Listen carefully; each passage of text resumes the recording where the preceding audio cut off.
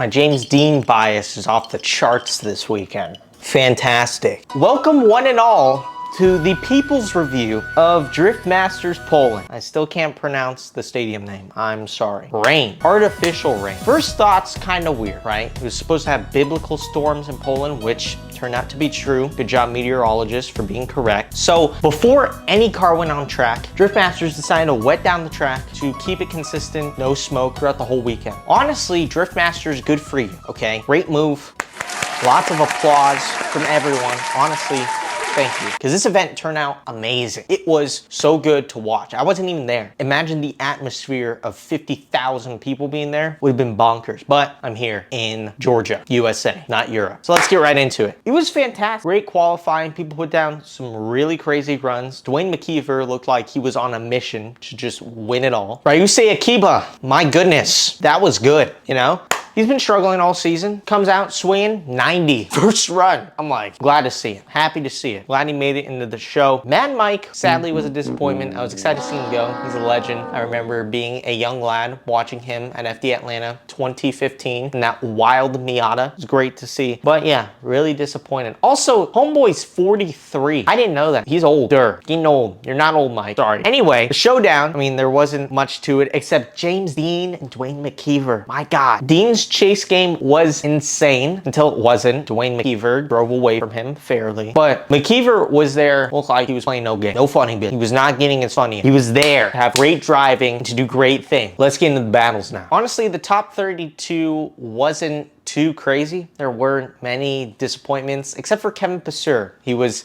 in that championship hunt to get top 4, 5, somewhere around there. Unfortunately, he went out in top 32. Heinonen, Dean, and McKeever made it through to the top 16, so the championship chase was well and truly on. All Lauri Heinonen had to do was win his top 16 battle. He would be crowned Drift Masters 2024 champion. Oh, one big disappointment, for me at least, was Clint Van Oort. Dude was on a tear. In practice, he looked crazy. Qualifying, he looked amazing. And he lost fair and square against Oliver Randalou. I mean, he just made mistakes. It sucked to see, but that is drifting. And by the way, Oliver Randalou has probably the best media on the Drift Masters grid. Whoever you are, Oliver Randalou's media guy, if you're watching, if you get sent this exact clip it right now. I love you. Keep doing you. That was, my God, your videos are fantastic. Anyway, let's move on. The top 16, the nerves were cooking. And unfortunately, Dwayne McKeever was mathematically out of the championship. Now, here's where it came down to. If Heinonen won his top 16 battle, he would be champion. And if he lost, James Dean had to win the whole event. And in true dramatic fashion, Lauri Heinonen won his battle, but as he was crossing the finish line in the second part of his battle against Benedictus Cherba, his friggin' motor blew up.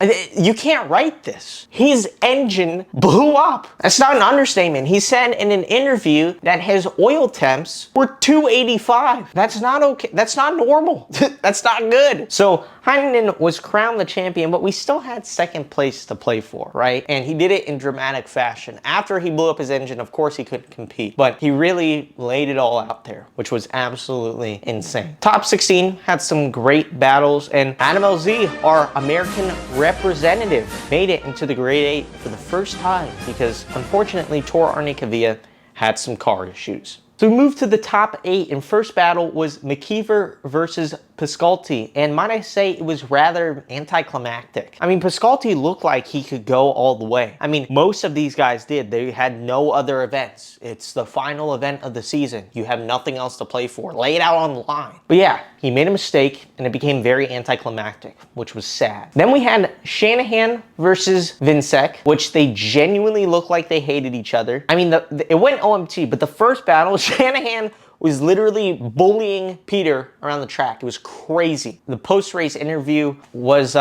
interesting, not great. But yeah, it was wild. Vinsec won though. So that's that. LZ, Adam LZ. God bless my fellow Americans. Guess what? First American ever in Drift Masters history to make it to the Final Four, because he would have gone against Lauri Heinonen. But as we know, Heinenen's engine kind of pooed itself. And then Dean versus Randalou. It was really over when Randalou made a big checkup in IC1, but I mean, he still laid it down. And even though mathematically James couldn't win a championship, he still looked like he was driving for one. He was going all out. It was ridiculous. The top 4, I would not have bet my mortgage on this. I don't have a mortgage, but I wouldn't have bet anything on this because this is crazy. McKeever, Vinsec, our fellow American Adam LZ, and James Dean. What a crazy list. The Irish versus Vinsec. Since the top 16, the Irish have just been going at him. And this was the time, after Conor's interview, this was the time for Dwayne to take vengeance on Peter Vinsec, the Polish against the Irish. That interview, he was playing speed games. And if you're new here, that's a big no-no when it comes to drifting. It's pretty lame, to say the least. So, what's to come? I was left speechless. Dwayne took that shit personally. He was doing it for the Irish, wanting to get the dub. And guess what? He did. Now, Dwayne versus LZ. Now, Dean versus LZ. I honestly thought Dean would run away with it. But LZ laid it down in his chase run. I mean, he was there the whole time, and he was super, super aggressive. It was super awesome to see. You really tell LZ has grown a lot as a driver. However, James's chase was just that bit better. He unfortunately did edge him out, and James was through to the final against Dwayne McKeever. A flashback to the day prior in the showdown. Now it's them two again, but in the actual show. Now, third place battle. Vinsec was on a mission all day. I thought he was gonna get that first podium in his Supra. But the American, all right, I gotta stand up for this. I gotta get back, stand up, right hand over my heart. The American, the automotive leaders, the home of Mopar, the home of American muscle. God bless our troops. God bless this country. Adam LZ became the first American in Drift Masters history to get a freaking podium. And it all came down to contact in his chase. He hit Peter, and Peter was dealt at fault because he hit the wall, car checked up, hit Adam, messed Adam up.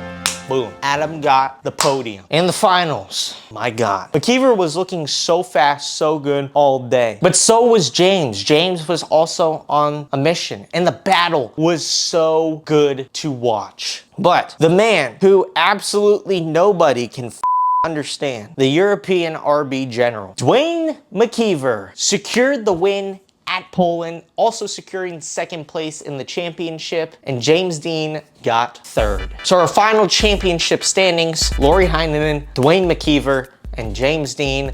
And for the event, Dwayne McKeever, James Dean, and the American Adam LZ. Although I didn't go to Poland this year, I think it's a testament to how good this event truly is. If I'm this pumped up, thousands of miles away, imagine being there in the flesh. Thanks for watching. Like and subscribe. Catch you in the next one.